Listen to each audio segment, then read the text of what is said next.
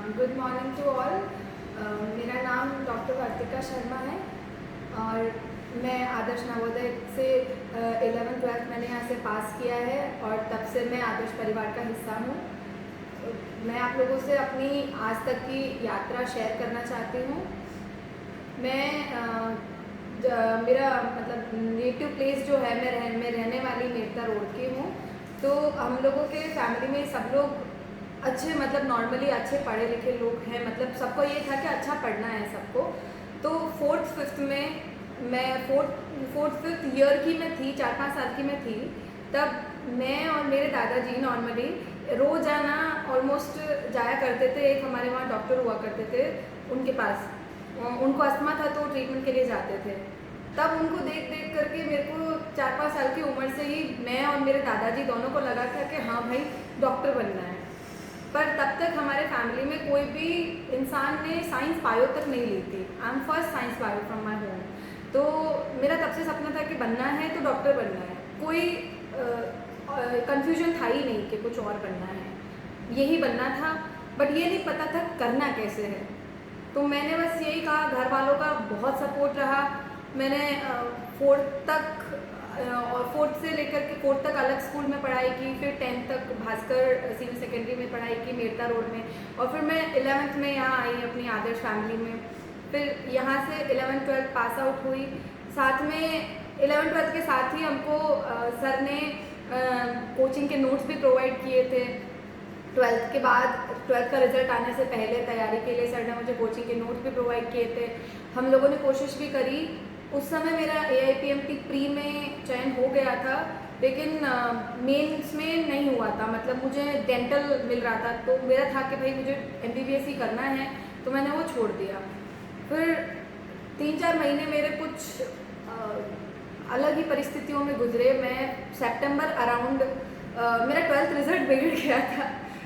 वो हम सब कभी नहीं भूलेंगे। हमने सोचा नहीं था बट वो बिगड़ गया था। वो दिन बहुत अच्छे से याद है मुझे, हमेशा रहेगा। बट उसकी वजह से 2-3 महीने काफ़ी डिस्टर्ब थे हम सब लोग, पूरी फैमिली, आदर्श फैमिली। फिर उसके बाद सितंबर अराउंड मैंने स्टार्ट किया कि नहीं भाई अब तो कोचिंग जाना है, MBBS में लेना है एडमिशन। तो मेरे पास 8 महीने थे।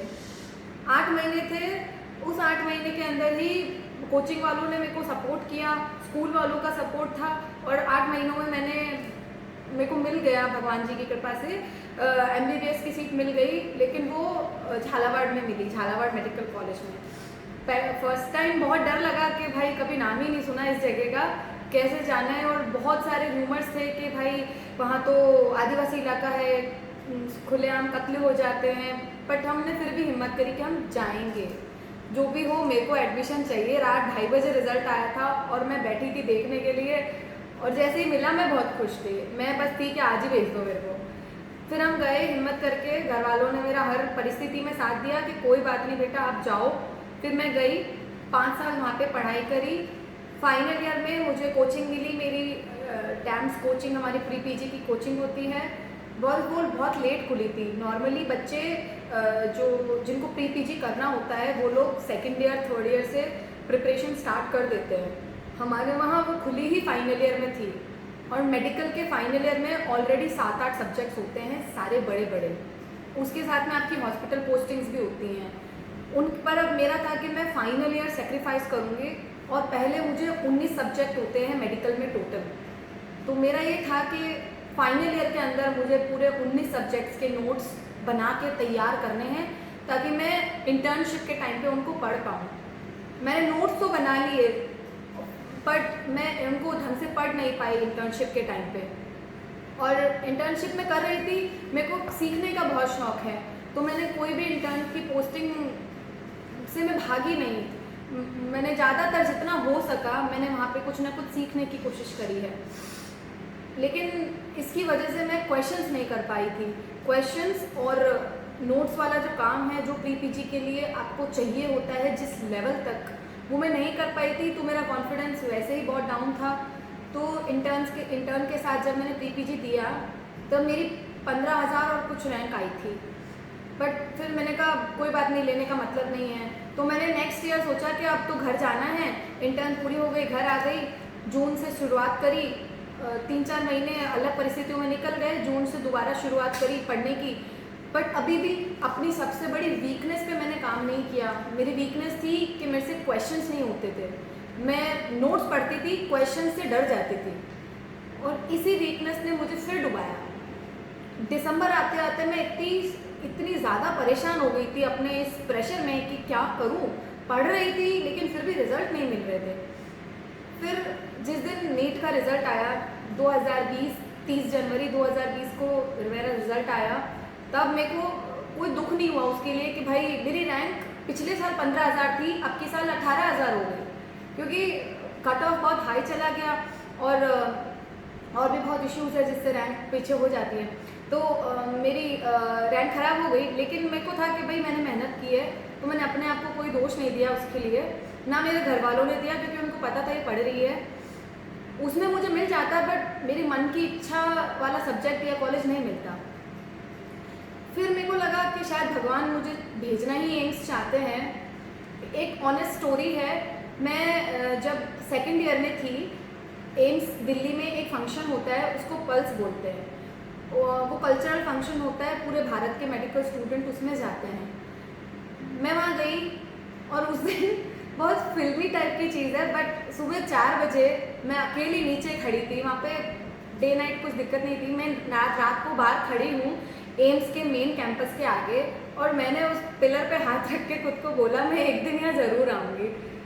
बोल के तो आ गई, बट कॉन्फिडेंस तब भी नहीं था कि कैसे जाना है, क्योंकि सीट्स बहुत कम थी और कंपटीशन बहुत हाई।